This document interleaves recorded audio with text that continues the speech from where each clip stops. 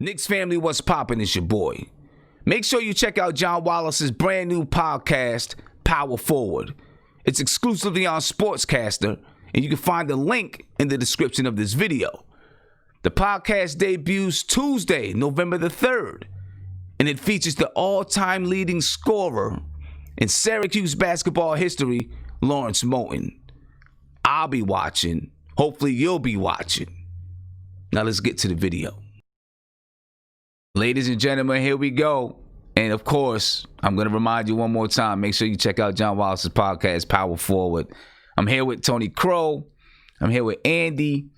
And, you know, we might as well kick it off with talking about the podcast, man. Did you guys get a chance, or talking about the interview, recapping the interview, did you guys get a chance to check out that John Wallace interview? Sure. I was watching on both the NBK and Legion of Knicks podcasts. Yeah, definitely. And for those who don't know, it was on NBK, it was on Legion of Knicks. And of course, we did it on Sportscaster, we did it on YouTube, all of that. It was a dope, and it was a fun interview. And I'm hoping I can get it. I'm hoping I can get a rematch. You know what I'm saying? I want a rematch. If it was really him. Very, very informative.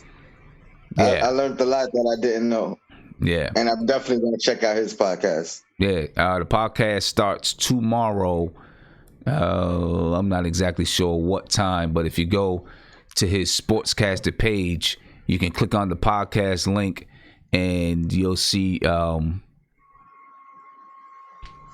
you'll see a bunch of them already lined up. You know what I'm saying? You'll see a bunch of them already lined up. And I think tomorrow starts probably, the last time I looked, about 1:30, it was like 22 hours. So, you know, it probably starts, you know, sometime tomorrow, whenever. I don't know. 1 o'clock, 2 o'clock, 12 o'clock.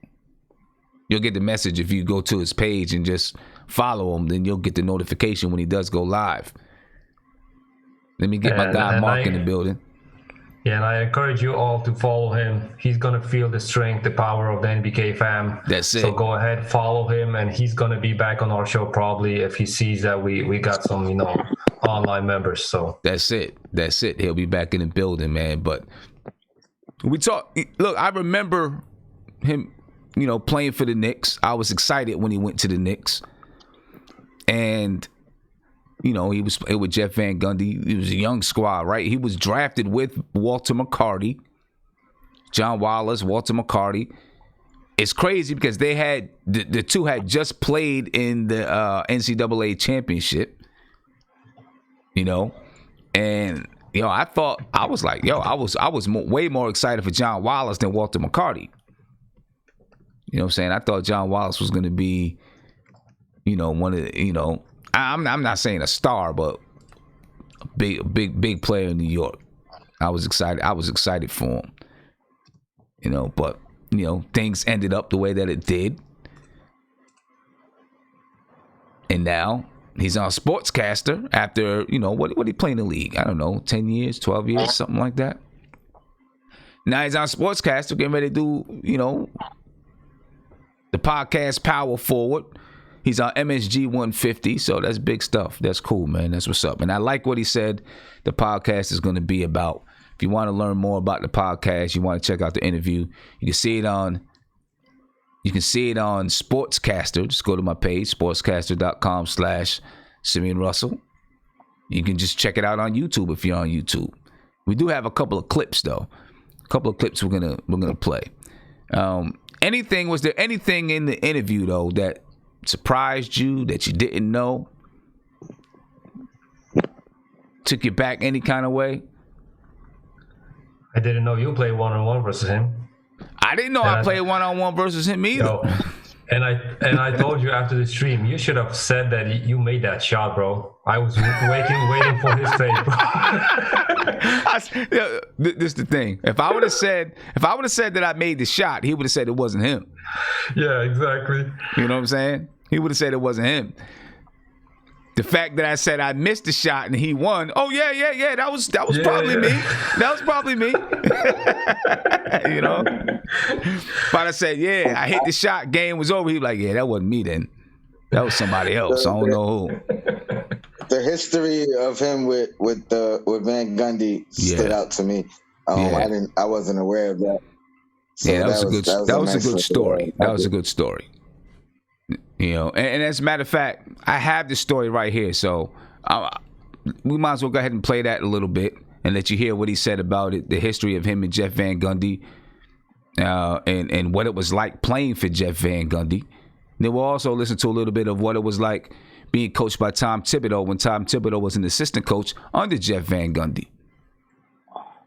Right, so let's go ahead and get into. We'll get into this one with Jeff Van Gundy, and then come back and talk a little bit about it. All right, let's get it. Van Gundy and Pat Riley and those guys, they were doing analytics before it was termed analytics. You know, they were figuring out the percentage that you went right, left, one dribble, two dribbles, what you shot. I mean, we had all those stats, and you had to know them. Especially as a rookie, when he asked you that question, if you wanted to play, what percentage did Glenn Rice shoot going left off two dribbles? You know, you had to know that answer. And if you didn't know, you're not going to be in the rotation that night. Jeff was just scrappy, wasn't he? He's from Rochester too, right? Jeff Van Gundy's the first person to send me a college letter when he was a coach at Rutgers University in 1988. Wow. That's the first letter I got from college. Ninth grade going into 10th grade, and at a camp he was at, big man point guard camp in Oneonta College, and that was I got a letter from Coach Van Gundy, and it kind of changed my life because it made me want to work hard. But you know, we talk about it all the time because literally he's the first person to be like, "Oh you might be a college player." You know, wow, so okay, but he's because you know I picture Jeff Van Gundy, you know, holding on to Alonzo Mourning's legs or whoever's legs he was holding on to in a scuffle. Alonzo. Yeah, it was so right? Right in the middle of the fight, just like he was jumping out practice sometimes and started scrimmaging with us. Like, you know, lightly running a 3-man weave and just to show you he could do it, making an entry pass. You know, his thing was, if you can't get the ball to Patrick Ewing, you can't play. So, if someone threw the ball away or didn't get it to him properly, he'd sub you out, put himself in there, and he'd be like, all right, play D on me. And he'd pump fake. He'd have all these pass fakes, and he'd get it to Patrick every time. You know, now he's like, if I can get it to Patrick, so can you. Right. Get it to him. Yo, let me tell you, I can imagine Jeff Van Gundy in practice.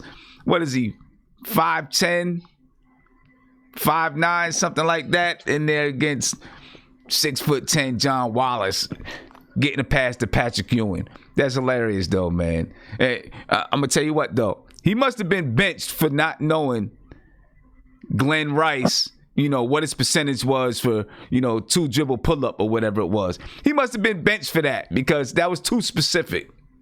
Yeah, that's burned in his memory, right? It's burnt. Exactly. It's burnt in his memory. You know, burnt in his memory. But yeah, that's something though. You know, that Jeff Van Gundy was the first college coach to approach him. Then he ends up playing for Jeff Van Gundy in the NBA. That's pretty cool. And then, of course, that's Jeff Van Gundy taking care of his own, right? They're both from Rochester. I'm going to make sure that I'm going to make sure that he feels that confidence, understands that he could probably play in college. And then we see he ended up in the NBA. So that's dope. Mark, what's popping with you, man? What's going on? No, man, I just escaped the cold, so, you know, I'm in my crib hibernating now for the rest of the day. Ain't nothing much else to do, so I'm here. I feel you. Ready to get crazy, man. Yeah, it's about that time of year. It's about that time of year. It's starting to get cold out, man. Everybody needs to go ahead and get your Timbs out. You know, get your big coats out. Everything, you know, get it ready because it's getting cold out. I also like what he had to say about Tom Thibodeau. I told you, that's big facts. I told you, Sam. You know, I like what John Wallace said about Tom Thibodeau in the way that he took from Jeff Van Gundy the attention to detail, right? You heard in that clip when they were talking about how Jeff Van Gundy, Pat Riley, and them guys, were doing analytics before it was really popular to do analytics, just understanding, what guys do on the floor, right? And in this next clip, he's going to talk about, how Jeff Van Gundy, how, his approach to practice, and how Tom Thibodeau, is going to take that same approach and then apply it to the New York Knicks, this team. You know what I mean? And for those of you who don't, well, we'll talk about that when we get back and we'll ask the question. But this is what he had to say about Tom Thibodeau and what the players can expect from Tom Thibodeau. Check it out. What can you tell us? What do you remember about Tom Thibodeau and his approach to the game? I was with Tom every day, Coach Thibs every day, because he was the rookies guy. So myself, Dante Jones, Walter McCarty, we had to be at practice an hour before every practice. Mm-hmm. So Coach Van Gundy said practice at 10. That means the rookies had to be there at 9. He only told you that the first day. You had to learn that from the very first day. He never repeated that. So whatever time he gave, we had to be there an hour early. But when you got there, Tibbs was already there working out, Allen Houston. He already got Larry Johnson some shots. And then he came over to us with, and you thought he just started because he had so much, energy and, excitement about let's get better today and we're going to get after it. And that was Tom Tibbs, man. And, I knew once he did become a head coach, I knew he was going to be successful because, being around Van Gundy and people of that ilk, he just learned how to, attention to detail and do everything the right way and do it 100% and hold everyone as accountable as the best man on the team, as the alleged, 15th man on the team, whatever. So I think he coached everyone just as hard as the best guy on the team, and I think that's what's important to be a really good head coach. And I'm looking forward to the Knicks this year and the culture that he's going to implement. And Knicks family, what's poppin'? It's your boy.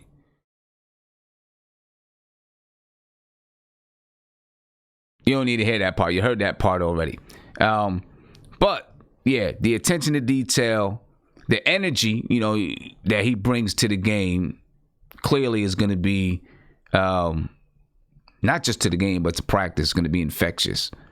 Right. And that's what we're hoping from Tom Thibodeau. You know what I mean? And, Andy, it would have been perfect just before, what was it, Friday, we did a breakdown of how Tom Thibodeau should approach the players. Right? We should have had John on for that show. It's cool, though. It's cool. Big Freezy, what's going on, man? What'd you say? We weren't that off, right? Yeah. But... So. Anyway, if you want to check out the rest of that interview, ladies and gentlemen, if you haven't seen it, you can check it out on Sportscaster. All right, for those of you who are on Sportscasters, right on my page on Sportscaster. If you're on YouTube, you can check it out on YouTube. There'll be more clips coming out. There's good, there'll be a couple of clips with Guillermo, Legion of Knicks podcast, and John Wallace going back and forth over Damian Lillard, Steph Curry, Syracuse, and St. John's. Be a couple of those clips coming out. It's a good interview, man. It's a good interview. It was fun. So looking forward to checking out his podcast. Maybe even join his podcast one of these days and just talk Knicks with him. That'd be dope. But let's talk about this LaMelo Ball stuff, man. Let's talk about this LaMelo Ball. You see Mark with his crusty lips smiling over it, Because I told y'all what he's doing. I said, I told y'all what he's doing, man. He's doing a great job. He's going. So they say, but it seemed like it was just one team, though. When I read the article, it seemed like it was one team interviewed him, the Minnesota Timberwolves, and it wasn't that good of an interview. Because he don't want to go there. He don't want to go there. I wouldn't want to go to Minnesota either. He doesn't want to go to Minnesota. His dad wants him to be in Detroit or New York. But Guillermo, we were talking, I think it was last Thursday. How do you tank your interview? I mean, like, how do you give a bad interview? Me one personally, word answers. I guess one word answers. But me personally, questions like the mannerisms you give off when someone's asked you a question, you give them one word answer with your mannerisms. You know, that throws people off. So. Right. See, but me personally, right? If I'm Detroit, if I'm New York, and I find out that this guy's, been purposely blowing interviews, it would make me skeptical of him and his character, because I would much rather have the player say to me, listen, I'm going to be honest with you. I'm going to answer all your questions. I'm going to be real with you, but I don't want to play for you. But nobody's going to do that. I'm going to ask you not to draft me. I would rather hear that the player said that than go in and just ruin the interview, because to me, that's bad character. I would rather deal with someone who's just straight up with me. But I want to know, like, when they're saying that, right? What could, like, he probably just wasn't like, I would say, like, he was probably answering questions. Like, probably he wanted to be more excited to be drafted at #1 pick. Probably just walked in there with his mellow self, just cool and calm, answer your question, but not so crazy happy like how you would see most top 3 picks about, I don't care whatever team picks me. Bro, listen, probably went in there, answered the questions, but just wasn't crazy about being the #1 pick. Yeah, how about that? It could be that. But dog, but that could ruin your reputation. And not only does it ruin your reputation, it's your introduction. Like they always say, you have one time to make a first impression. So if that's your first impression, that's going to hold more weight. Like I'm in agreement with Sim, where if you're honest, if you're honest with them, but you keep it real and just say, I prefer not to play here. Like, plenty of people have done that and still got drafted by that team. Yeah. Hold on. What did they say after? Oh, he didn't want to go there. A person would have more of a bad look telling somebody, "Yo, I don't want to be here." You're gonna get talked about more because you're gonna be that player saying he didn't want to be here. Just like when. I disagree, because I feel like this. If I go into an interview and I purposely bomb that interview, now this word gets around the league. He's not this, he's not that. Now, and they may not know if I'm purposely bombing it or not. They may just think this is me. This is who he is. Now this word gets around the league. Hold up. Now this word gets around the league. But if I go in and I don't have to be rude and say I don't want to play for you, but like Tony said, like, listen, if you draft me, obviously I'll play, but I prefer not to play for you. I don't want to be in Minnesota, or I don't want to be in Golden State or wherever. I prefer not to. I'm just being honest. I think that goes more for the reputation than just making yourself look bad. Let them know your reservations. You let them know. I feel like I may not be a good fit. There's a billion ways for you to word it where it doesn't come off as arrogant or rude or disrespectful. You know what I mean? And then let them make the decision. Why can I not just walk into an interview, be myself, answer your questions, but not to not showing that like I'm super happy. What if I just go in there and just answer questions? Because like I said, I mean, if you go in there and you just calm and answer questions, I don't think that's called blowing an interview. That's just he's not excited. You know what I'm saying? I think if you're, and these are all rumors that he's blowing interviews, right? These are all rumors. It's just rumors that's out there. But if you're purposely blowing an interview by, just, I don't know how, but like really blowing the interview, then that word gets around to people that maybe this isn't the guy that you want to deal with. And then now you start off with a bad reputation. Me, just personally, I would rather start off with a reputation of people saying, you know what? He's trying to dictate where he wants to go. I would rather people say that about me than to say, nah, he seems like he doesn't want to work. He seems like he's lazy. I don't trust his character. Well, hold on, Sim. So if I was like a team out of the top three, I would be a team and say I'm happy about that because I want him to fall. Like you have teams that think like that. Like I hope that this team don't take this player. So it's not every team that's gonna look at that. So if the Knicks had the chance for him to fall at 8, you think the Knicks is gonna be worried about that? I'm not saying that they won't take him. I'm not saying that they won't take him. What I'm saying is there could be a question of his character. Go ahead, Andy. Yeah, I got two sides on this story. One, I think this might be because the way you said that you wouldn't blow in, the interview, right? It would be a class act and stuff like that. And I would go also with that route, but I would tell the guys, okay, listen, you can pick me at 4. Just try to go and make a trade with the Knicks because I'd played there, right? So I have that leverage, just to make it happen. Or I can tell you guys that, I don't want to play. I'm going to stall everything and stuff like that, right? So that might be the idea. But looking at the draft board, right? Mm-hmm. If he would blow the interview with Detroit, if he would go in the interview and say, I wouldn't respect Bill Laimbeer, Isaiah Thomas, whoever, right? They'll still pick him. They're such an ass team that they will take LaMelo and have him hostage for 4 years, bro. They're such in a hole. So I bet that's going to happen. And he's, again, a player is going to be taken that we want one step ahead from us. So, the only way I would go, if I was LaMelo, I would go like, okay, I would love to play in New York. I'm going to tell this to every team that I'm interviewing with and just go and try to make a deal so you can have, the lower pick and then I get an asset from the Knicks, right? So that's a win-win situation, right? What, Mark? Does he strike you as a kid that just go in interviews and just like blow it off, or he just being cool, mellow, answering your questions? And just like he's not too excited. Mark, this is 5 interviews, bro. You can get trained for that in 2 hours. Exactly.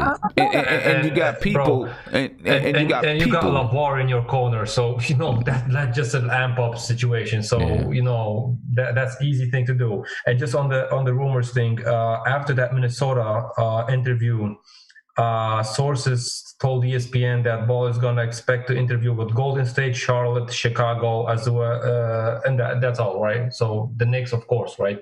But there's no Detroit there. But I still think, even if he doesn't want to go to Detroit, they would draft him without an interview even. Let me get to Freezy. What's up, Freeze? Hey, what's up, everybody? Everybody in the chat. I just want to say a couple things real quick. First of all, the interview with John Wallace was dope. I think what you and Guillermo did was I think y'all carried that interview. Y'all need some credit. Y'all did a great job on that.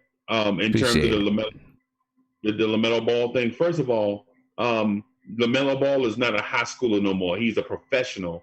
So you have to approach interviews and stuff as a professional. If he didn't want to do the job in the interview, he could have declined the interview.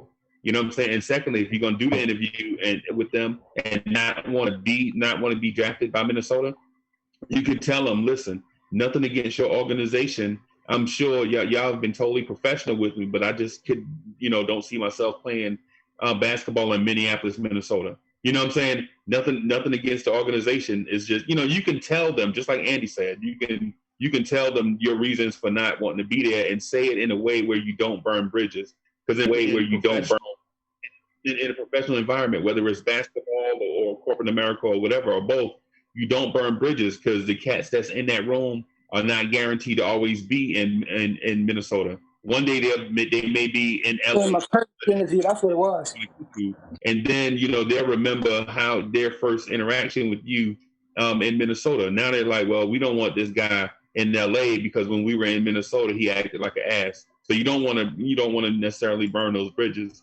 And the other thing too about LaMelo and things, I'm sure what he probably was saying too is, listen, I'm my own person. My pops is his own person, and he has his own opinions and such. But he is not a representative of what I'm saying. What I'm telling you is what I want you to take as a narrative. So my pops is saying New York and Detroit. I'm saying that whoever drafts me, it'll be a pleasure to play for whoever. Yeah, I mean, who knows what's happening and what's going on in those interviews, but however they want to approach it, and again, these are all rumors, right? All rumors, but however they want to approach it, he just needs to be coached in that way as well, so that he does not tarnish or ruin his reputation before he even gets into the league. And in the article, basically they say this. It says, here is what I'm hearing from the league at large, right? And this is someone out of Charlotte, Rick Bonnell out of Charlotte, from the WFNZ radio station in Charlotte. Here's what I'm hearing from the league at large. LaMelo is not performing very well at job interviews. I've heard that from multiple sources. He is not improving his perception through the job interviews. There are people drafting later in the top 10 who are preparing for the possibility of Ball still being around. He said, now, I'm not saying that he will not be a top 3 pick. I am saying that I know for a fact that there are teams later in the top 10 who are doing more research on him because they no longer think it's a given that he'll fall in the top 3 or that he'll be in the top 3. So let me ask you guys, if LaMelo Ball is there around 6 or 7, and, you're the Knicks, you're in the war room, you notice he's dropping, do you say, let's make a move, let's try to make a trade, let's trade up? Tony, I'm going to start with you, man. What do you do? Do you trade up? If you see he's dropping and he's there around 6, you like, you know what, let's make this move. Is that something you do? I know you guys are going to kill me. Who got the 5th pick? Who's got the 5th? Let me see. I'll tell you right now. Give me a second. Chicago is at 4. Charlotte probably. The 5th pick is Cleveland. Cleveland's got so here we go. So Minnesota got the 1st pick. Golden State has the 2nd pick. Charlotte's got the 3rd pick. Chicago's got the 4th pick. Cleveland's got the 5th pick. Atlanta's got the 6th pick. Detroit at 7, and the Knicks are at 8. I know y'all gonna kill me, but I said it before. If Ball does not get picked by the first 4 picks, I'm trying to work a trade with Cleveland. I know y'all don't like it, but I'm trying to do a pick swap, and I'll do Julius Randle, and I'll take Kevin Love, and I told y'all before. Listen, as much as y'all hate Julius Randle, and I'm not even on that train because I actually like Julius Randle, and I think he's gonna improve. Kevin Love is a way better fit. And you get LaMelo in that trade too. I do it in a heartbeat. That's the smart. I do it in a heartbeat. Wow. It's not gonna be easy. It's not gonna be easy for us to get free agents. That has been proven already. I get it. I just think he's a way better fit. Shoots the 3, rebounds. Granted, he's not a great defender, but he's adequate enough. And then Mitch behind him, I think that works out. I think it works out spacing the floor. I think it works out as far as whether you want to consider him a star or not. Let's just say he's a champion. He knows how to win. It fits in so many different ways. If you over how much he's getting paid, I don't like it. I'm always the guy that says it's not my money. So, but that's what I would do. Now I get that. I just don't want to. I just don't like it all the way until 2023. Man, he's making basically $30 million a year until 2023. His contract started 1920. He still has 1, 2, 3 years left. And how old is he? 30, 31, 32? Maybe older than that? I think he's 32. But and that's the other thing. His game is not predicated off athleticism. He's going to be the same production guy probably throughout his career. His rebounds may drop, but he's 100% one of the best passing big men or passing power forwards in the league still. And he's been that since coming into the league. He's one of the best 3-point and power forwards in the league. Like, I'm telling you, if you just get over the money, or just tell me who we're missing out on potentially, realistically, by not having that money available. I mean, going into let's just say this. Even in 2021. Going into, not even in 21, but going into 2022, 2023, I think that's when you start to, because your hope is that by 2022, right, 2 years from now, the team is competitive and on the verge, right? And then you look and you say, is this contract holding us back? I don't know. And I will argue, the longer he's on the team, the more his value goes, because the closer he becomes an expiring contract. I don't know. So Kevin, gonna try to rescue there. So Kevin Love last season, 17.6 points per game, 9.8 rebounds, 3.2 assists. He shot 45% from the field, 37.4% from three.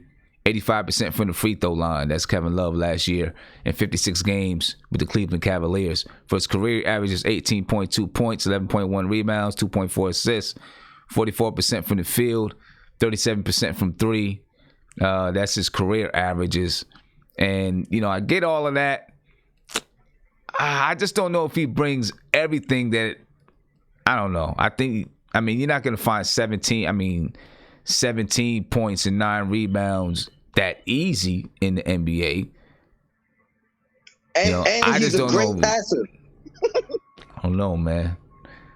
Like, I don't know. New York. I think those. But again, I get why people aren't for it, but I'm just trying to give every argument possible of why it could. And I'm willing to hear, rebukes.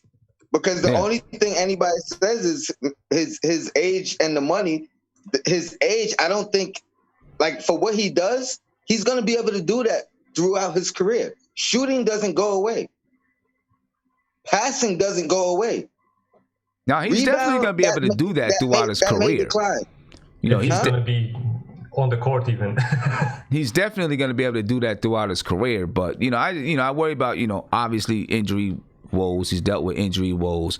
Clearly his age, clearly his the contract. Defensively,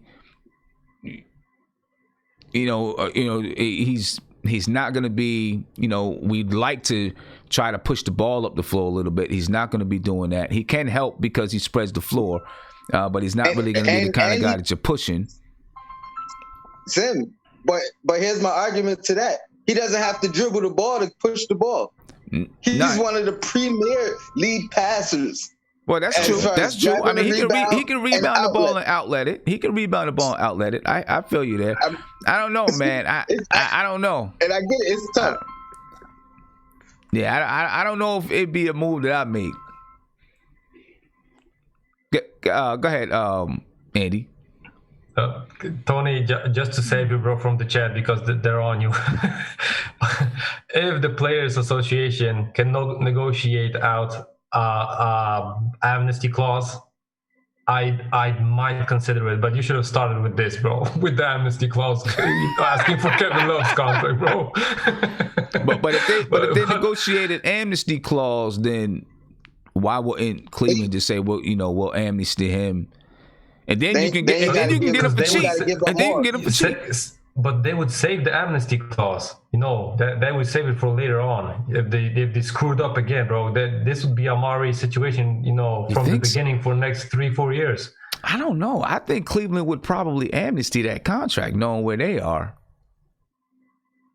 They might amnesty that contract. I think they would try to look to trade that contract. I think they're looking to trade it. I think they amnesty Drummond. Hold one at a time. Go ahead, Freezy.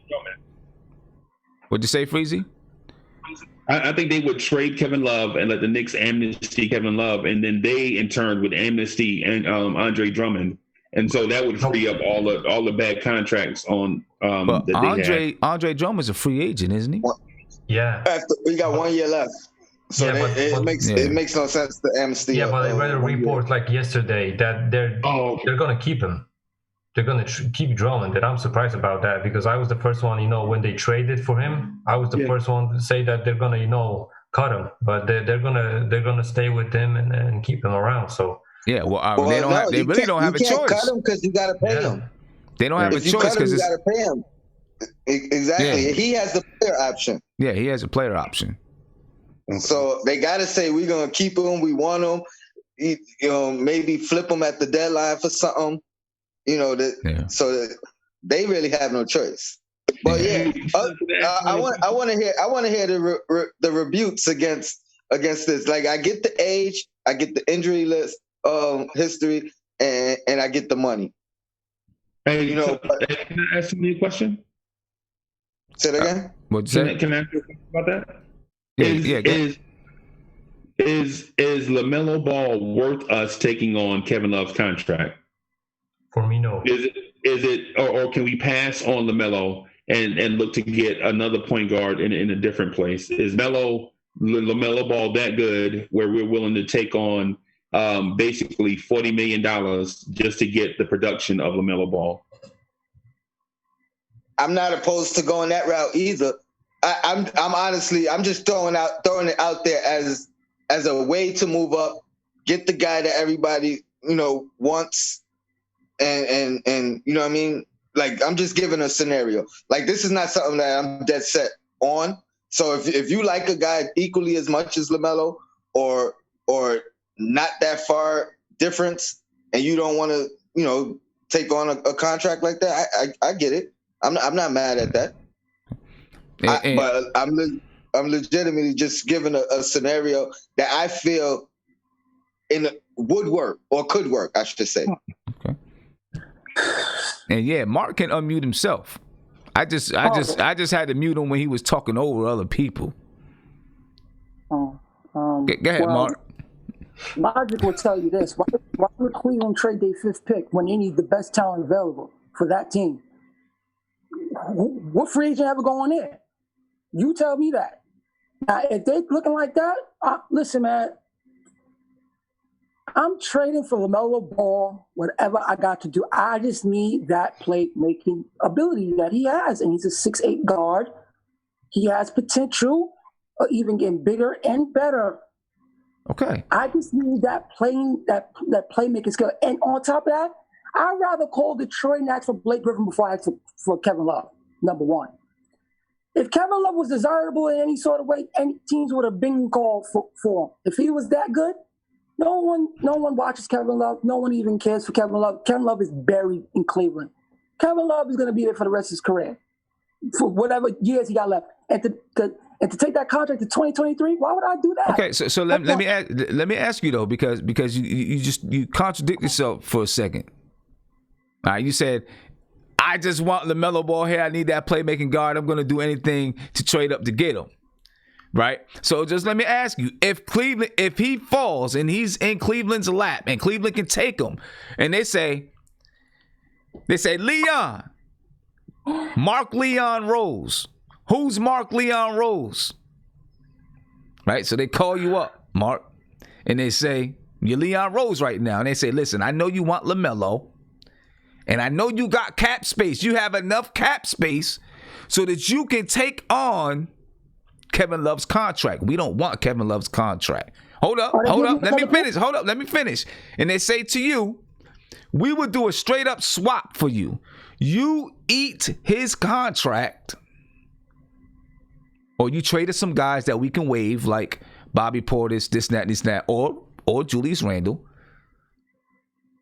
You take his contract, and then we'll give you this pick so you can take LaMelo Ball, and we'll take your 8th pick. Straight up.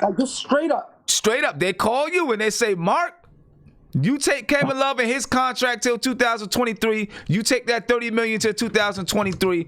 We'll take Julius Randle and the 8th pick. We'll give you Kevin Love and the 5th pick so you can go get LaMelo Ball. Okay, so now... So they call you. Do you do it? You want him that bad. Hold on. Read off his 3-year numbers to me. Just read off his 3-year numbers to me real His quick. 3-year numbers. His 3-year numbers. You want his 3-year numbers?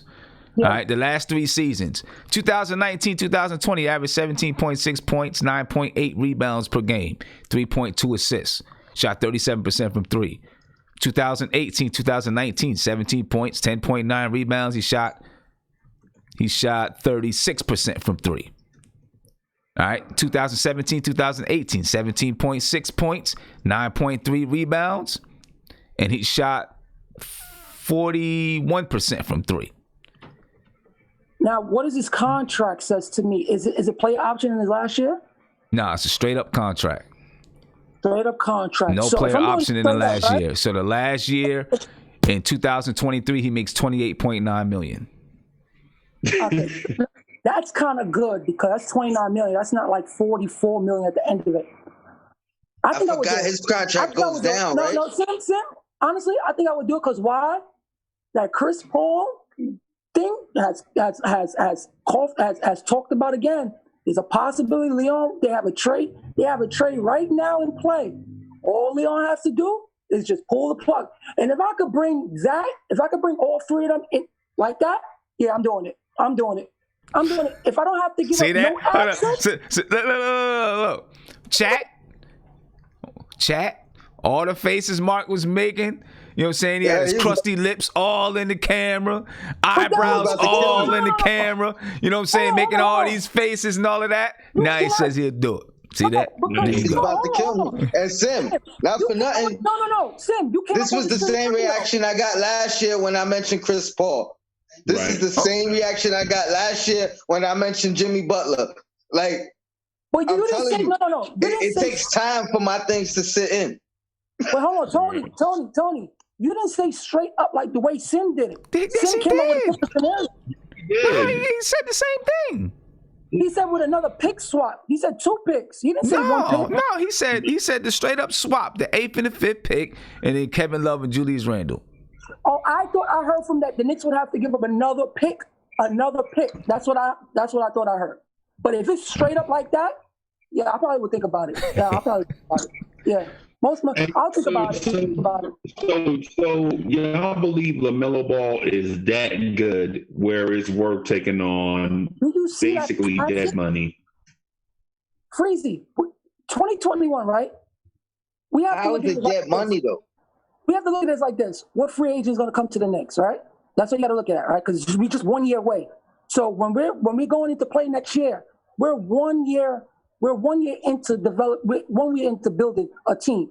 Ain't no significant free agent gonna be like, okay, I'm gonna go there now since they got this and that.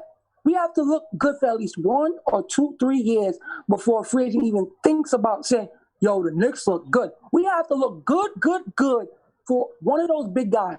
So right now we have to sacrifice 2 seasons. We have to build for 2 seasons to look good for anyone to look our way. Or if there's a trade out in the horizon, that can possibly happen. But because Kevin Love's contract is at $29 million his last year, that is kind of a bargain compared to all these other superstars like your John Wall, your Chris Paul, but his contract comes off a year earlier. Your Russell Wiseman. These dudes are in $40 million top bracket now. That's a little different. Yeah. I could deal with $29 million. I could deal with that. Especially if I can get my guy Melo here.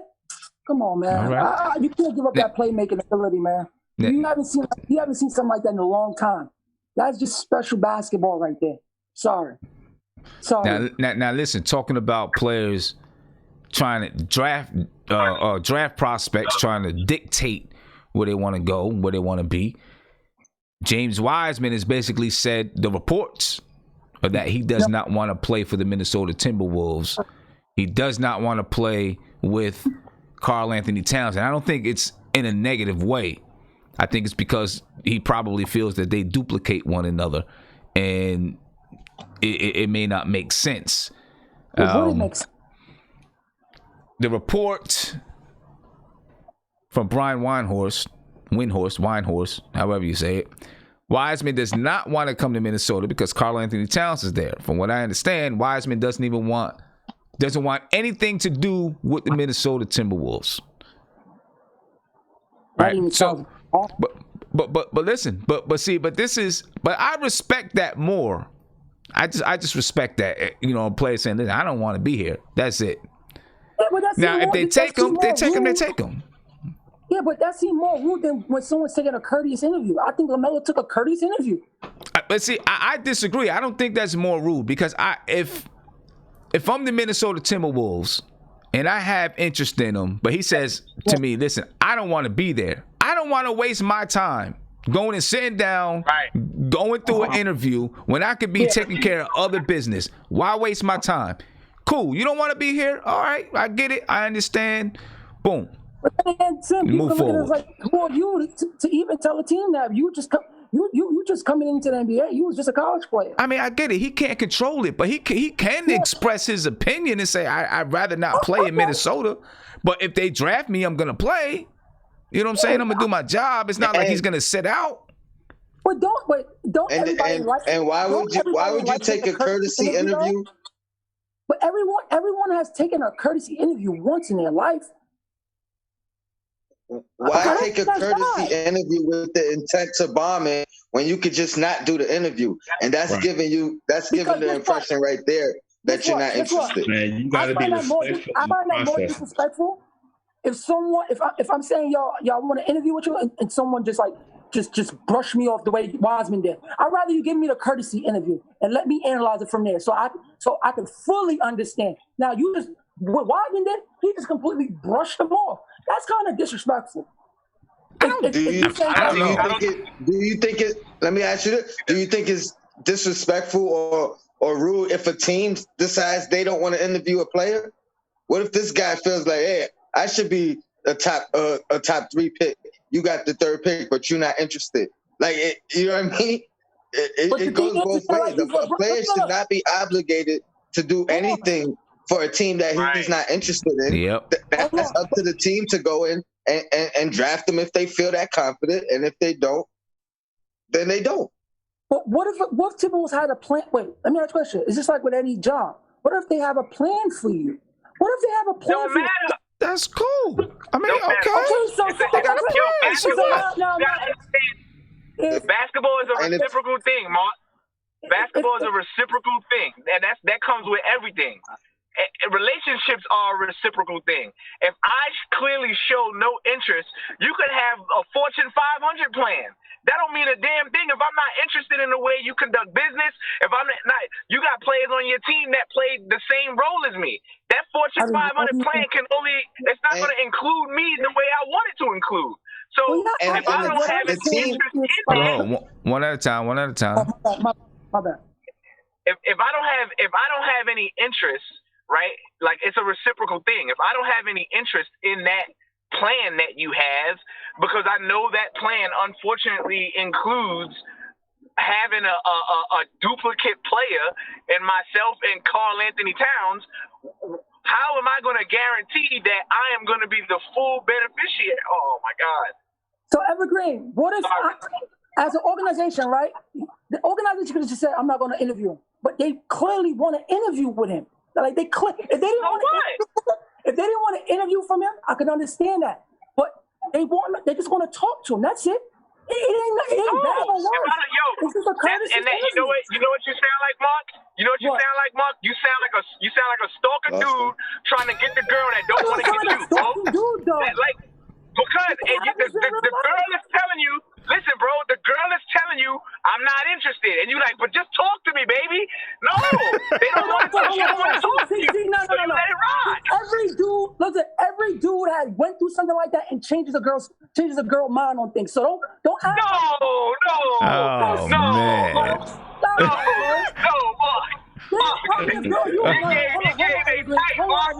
Because now you reach it, because there's a girl you probably wanted and she probably brushed you up, but you tried and you finally got it. What if the team is trying to do? What if the team is just wanting a courtesy interview? Why you act like what I'm saying is like horrible? It ain't horrible. So what you're saying is, Minnesota should just try and hope that they get an interview from a guy when they got 150 other candidates that are available for an interview. Come on, bro. Like, you can't think. The team just probably wanted to see what he's about. That's all. And he's clearly not about them. Is what I'm saying. He's not. I'm not about y'all. That should be enough of an indicator to say, yo, if I want to see what he's about. You don't got. There's nothing to see at this point. I know he's not about the Minnesota. So don't make my point. Wait. Don't make my point to seem like it's some off the wall crap. It ain't. That's just that's simple. They probably wanted a courtesy interview. That's it. Just like how LaMelo gave a team a courtesy interview. That's it. Okay. Hey. Let me get to a phone call. And I'm gonna come back and get it, Tony. All right. Get to a phone call here. If I can get to it. Caller, you live, man. You live. What's popping? Sam. Yo, what's going on, brother? How you feeling? I'm feeling all right, man. You guys are hilarious. Knicks family, what's up? Everybody in the chat. Let me just pick up where Mark left off. Mark is 100% correct. Why so? And I'm gonna tell you why. When you are a professional, you act like a professional. You understand? Okay. Whether Wiseman doesn't want to be here or not, that's fine. But I remember years ago saying that Allen Iverson was going to rule the day, the unprofessionalism that he showed when he was on top of the game, because this league was going to be here a lot longer than he was. Okay. So let me ask you though, how is it unprofessional? That man can't get a job. But Joe, how is it unprofessional to say I don't want to play for a certain franchise? How is that unprofessional? No, it's unprofessional. You know why? Because it's a part of the process. You see what I'm saying? It's a part of the process of you coming into the league. If you don't want to be here, it's fine. Millionaires don't tell billionaires what to do. I'm all for the players. You understand what I'm saying? But you go through the process. Nobody, as long as Minnesota has been in this league, the only person I've ever known who wanted to play in Minnesota was Kevin Garnett. And he wasted almost 3/4 of his career there in Minnesota. But there's still an NBA franchise. Okay. You understand what I'm saying? This is still the owners' league, and they will remember you for it. They will remember the unprofessionalism when you're down and out, when you're a 12th-year veteran, okay, and you don't blew that first contract and blew that second contract, which a lot of these players do, and God forbid you don't go through 1 or 2 divorces. You see what I'm saying? And you need that money, and you want an assistant coaching job. You see what I'm saying? These people will remember these things. I don't know, man. I take the interview. I don't think it's unprofessional. If there's a place that I don't want to work for, I don't even call them up. Right. I don't even call them and say, hey, do you have job openings? If I don't want to work there, I go and try to get into a place where I want to work. I would much rather, if I was an NBA owner, I would much rather a player be honest and upfront with me, say, I really don't want to be in Minnesota. You know what I'm saying? And, if I decide to draft that person, I draft them. But if they say, I don't want to be in Minnesota, I don't want to waste my time interviewing somebody that doesn't want to be there. This is a moment in time where young men have been waiting for this moment forever. You understand what I'm saying? You don't mess this up. If you don't want to be there, pay the organization the courtesy. Pay them the courtesy to sit down with them and say, well, I don't want to be here, and this is why. So what about Steph Curry? Right? Steph Curry, he didn't interview with Golden State because he didn't want to be there. They still drafted him, and he played. But he said, I don't want to go to Golden State, so I'm not interviewing there. Because he wanted to go to New York. They just decided to take him anyway. They decided to take him anyway, and everything went hunky-dory, and all is well. It's not going to always be like that. I mean, but what I'm saying is they can still decide. Now, I would say it's unprofessional if they draft him and then he says, I'm not playing. I think that would be unprofessional, right? But if he just says off top, I don't want to be in Minnesota. I think it's all in the process. I think it's all about the process because you got to understand these teams and these organizations, they're going to be here a lot longer than you are. I see a couple of guys with fingers up. Somebody got a question? Andy, why is your finger up? Yeah, go ahead, Andy. Go ahead, Andy. Yeah, I'm just gonna add on this that we gotta remember that teams in this year's draft can maybe interview more guys, but they can only work out 10 guys, right? So if the Minnesota Timberwolves are looking to trade the pick a little bit down, a little bit lower, they gotta keep those 10 open spots with those lower guys, right? Just to make them, the coaches have an eye on them. So I'm guessing, this might be also, in hand to think about when the guys are blowing out interviews, right? Besides, they can make the agent just say, okay, listen, my player doesn't want to play here. You better, interview someone else, just to not lose those 10 interviews, right? On a player that's never want to play for you. Yeah, I agree. I don't know. Well, I know. I was just going to piggyback off what you said, Sam, as far as these players, these teams still have the advantage. If that's the guy you want and that's your guy, it don't matter whether you interviewed them, whether you worked them out, whether you saw him. If you know that's your guy, you're going to pick him. So it doesn't really matter whether the player wants to sit down with you or not, because you still have that advantage. So, and if you're for a players' league more so than an owners' league, then the players got to do what they got to do and at little advantages that they have. Like you in the draft, you have no choice but to go to the team that picks you. So if you don't want to go there, it's certain things you got to try to do, but it's still out of your control. Right. It's out of your control, 100% correct, but you still need to be professional because you don't know what that team's designs are bringing you in. You see what I'm saying? What if the general manager says to you, you know what? We got a deal for Karl Anthony Towns. Okay, we got a deal for Karl Anthony Towns. We're willing to do this, and this. If you come in here, and not only that, but this is what we're trying to do for you off the court. You see what I'm saying? All those things you don't know because you either are being immature or you're listening to the wrong people who are telling you blow it off. Because if I draft you anyway, guess what? You have no choice. That's my full point. If you have these plans, if you have these things in place, it doesn't matter. Because they're still in place when you decide to draft that player.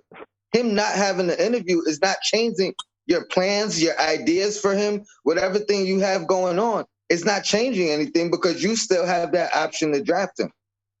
Right. The only thing it does is help the player let that team know that I'm really not interested. But they still don't have a choice. Yeah, they probably want to see. They still don't have a choice, but when you're new players, especially a guy that's drafted that high, it's a family thing you are trying to create. You're not trying to start something off with animosity. You see what I'm saying?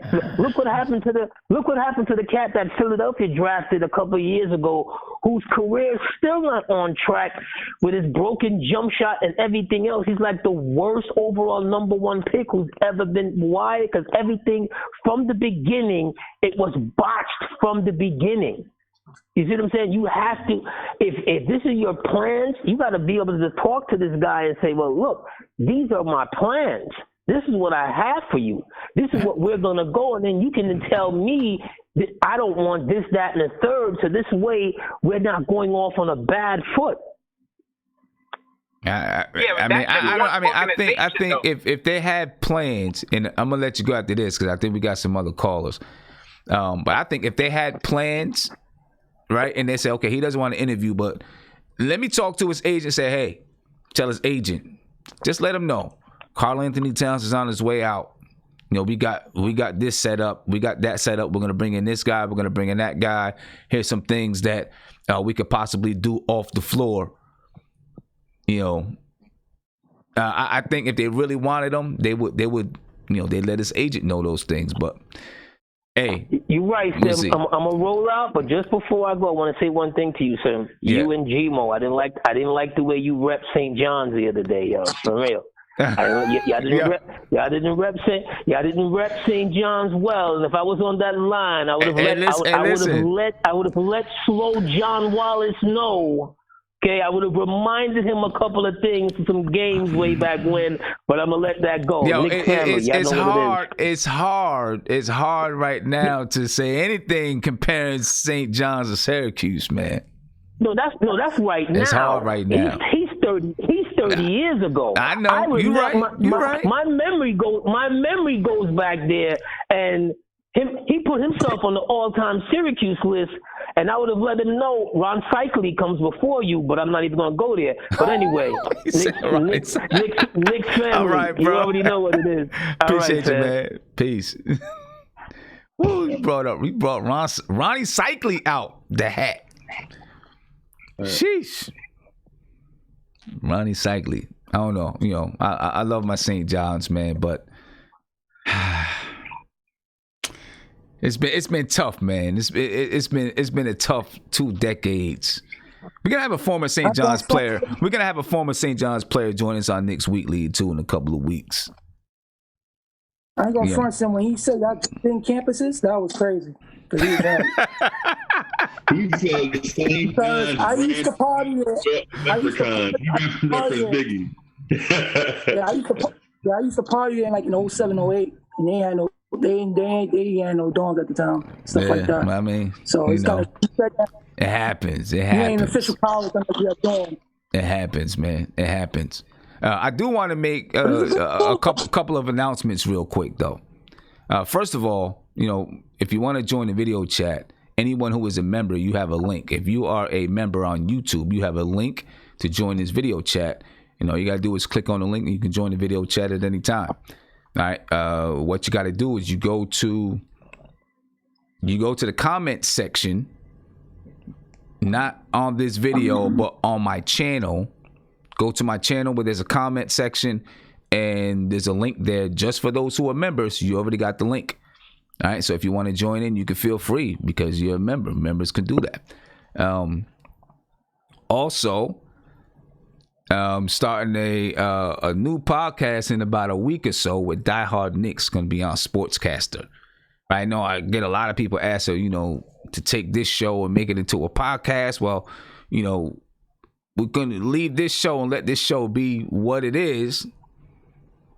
And, you know, after the game, you know, when we start playing again, the post games is going to be what it is. But then I'm going to have something separate with Die Hard Knicks. That should be starting up in about a week and a half. And you'll be able to catch it on Sportscaster, of course, but also on Spotify and all of that. All right. So look forward to that coming real soon. Very, very soon. Let me get to a couple of super chats. And I do want to thank Evergreen for the super chat the other day. I forgot exactly what it was. I can go back and look at it. So I appreciate you for that. Michael Parker, you said he's predicting that RJ will be included in a deal to bring LaMelo to the Garden. That would be ridiculous. That would not be good. That wouldn't be a good look. He said trade RJ, Knox, Randall in the 8th pick for the 2nd pick. I'm not doing that. Why would you want to trade? Why would you trade RJ? Why would you trade RJ? I mean, the point would be to put the 2nd pick with RJ, whoever that 2nd pick is. The point would be to put it with RJ. You're defeating the entire purpose of making that trade if you include RJ. I'll trade the future first before I even think about RJ. Right. And then Danny Thomas, thank you for the super chat. He said, thoughts on this trade proposal between New York, Minnesota, and Phoenix. He said New York gets Kelly Oubre and James Johnson in the 17th pick from Minnesota. Minnesota gets Portis. Gets Portis Jr. I don't know. I think Dennis Thibs. Julius Randle. Oh, okay. Julius Randle. Okay. Gets Portis, Julius Randle, and DSJ, and Phoenix gets Randle. So I don't know. He's Portis. I guess he's saying Minnesota gets Portis and DSJ, and Phoenix gets Randall. Yeah, I would do that to get the 17th pick in this draft and take back James Johnson expiring contract. Yeah. You wouldn't do that, Sam? I don't know. I don't know. I have to look at it and look at everything. Yeah, I have to take a look at everything to see. Are we keeping the number 8 pick with that? Yeah. I guess it looks like we're keeping the number 8 pick. I didn't see the number 8 pick change hands. So I'm assuming we're keeping the number 8 pick. Bye-bye, Julius. Listen, bye-bye, Julius Randle. Hello, Sadiq Bey. Yes, fire, and I'm gone. So check this. Khalid Pasha said, RJ is not better than Anthony Edwards. Let's argue. It's not about that. If you get the second pick, you're trying to put Anthony Edwards and RJ together. So if you trade RJ to get the second pick, now I don't want to say you're stuck, but you got Anthony Edwards and nothing else. You're starting over again. The point is to put a high pick and RJ together so that you're not starting over. I don't get it. I don't understand it. We all know RJ ain't getting traded. The Knicks is keeping that dude. He ain't going nowhere. Man. So I don't even speak of RJ getting traded. Yeah, I don't get it. But anyway, look, ladies and gentlemen, those who are on YouTube, we're heading over specifically to Sportscaster. We're going to continue to talk some NBA news. All right, so join us over there. I do want to remind you to check out John Wallace's Power Forward podcast. It's on Sportscaster. Hey. All right, it's debuting tomorrow, so make sure that you check that out. All right, it's going to be a dope podcast. Tomorrow's the first interview is with Lawrence Moulton, right, number 1 scorer in Syracuse history. So make sure you check that out. I am putting the link to Sportscaster in the chat, so make sure you join me there right now. And just remember. If you are a member, go to the community section on my YouTube channel and get the link because it's available to you. The link to get into the YouTube to the video chat because it's available to you. And also, within the next week or two, right, there's going to be the official NBK podcast. And, we're going to invite guys on from time to time. Guys, your regular guys are going to be coming in and talking, but it's not going to be this type of a format. It'll mostly be one-on-one or, maybe 3 guys talking, but everybody will come through. Trust it. We'll have some guests and all kinds of stuff, but we got the NBK official podcast is going to be popping off in about a week and a half. Could be sooner, but I'm going to say about a week and a half. So make sure that you get over to Sportscaster. When you click on this link in Sportscaster, make sure you follow me so that you can access this podcast as soon as it's ready. It will be a featured podcast on Sportscaster. So make sure you're checking that out, ladies and gentlemen. We're heading on over to Sportscaster, exclusively on Sportscaster right now. The link, I just put it in the YouTube chat, and I just put it here in the description. And YouTube, catch you over on Sportscaster, ladies and gentlemen. All right. We're out of here, YouTube. Catch us on Sportscaster. Low-key, Sin.